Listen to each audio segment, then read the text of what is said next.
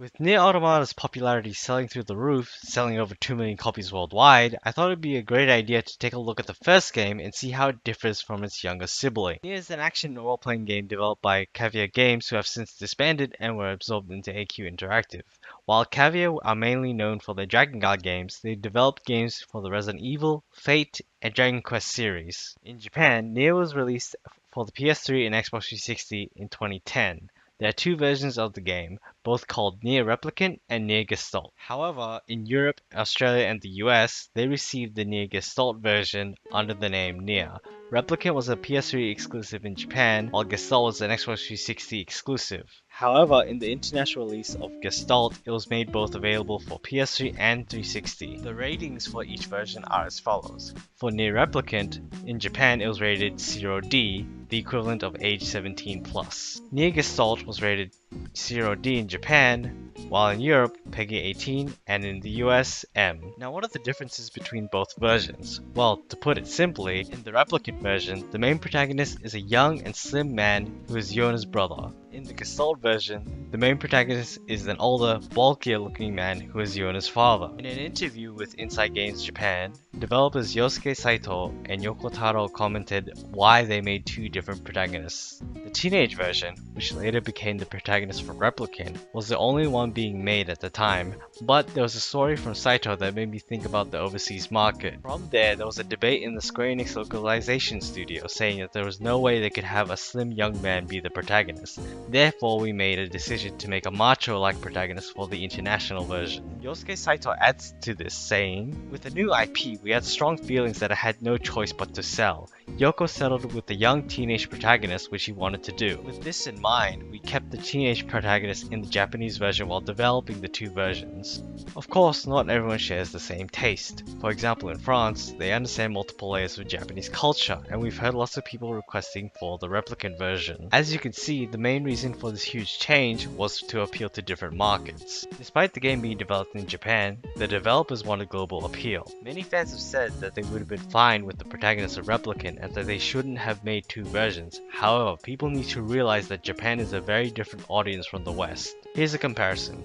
The God of War series is developed by Sony Computer Entertainment Santa Monica Studio, an American developer, while the Devil May Cry series is developed by Capcom, a Japanese developer. Both games are classified under the 3D action genre. Similarities can even be seen with the protagonists of NieR Gestalt and Kratos as well. Yoko Taro himself has stated that Gestalt's protagonist was inspired by Kratos as well. Now, with the different protagonists in NieR Gestalt and Replicant, does the plot stay the same?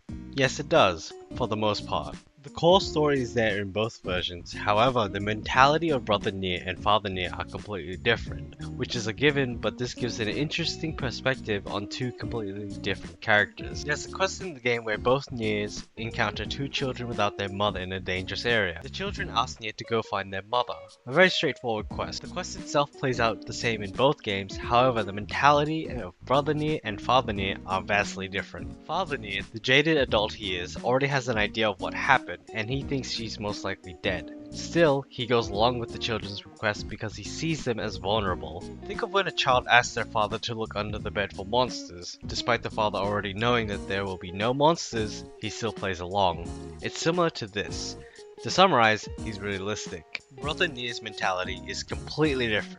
It should be noted that NieR was made as a deconstruction of the JRPG genre, and Brother NieR is a spitting image of the typical JRPG protagonist in both appearance and personality. Instead of being realistic like Father NieR, he goes in with optimism, saying how he will definitely find the children's mother. As Brother NieR delves deeper into the area, chances grow slim, but he still refuses to take no as an answer. Another interesting difference between both versions of the game is Kaine. Kaine is a woman who is portrayed to be a very rude person, constantly swearing and using foul language. The Replicant version uses Japanese voices while Gestalt uses English.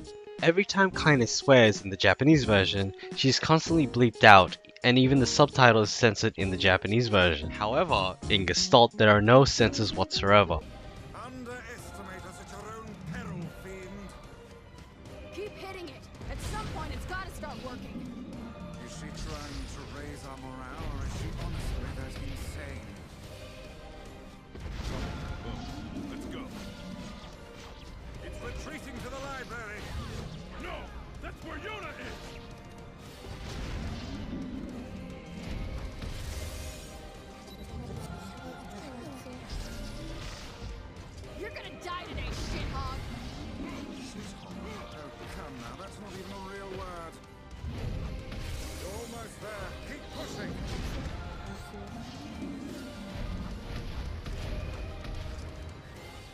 like you've learned how to swing that thing.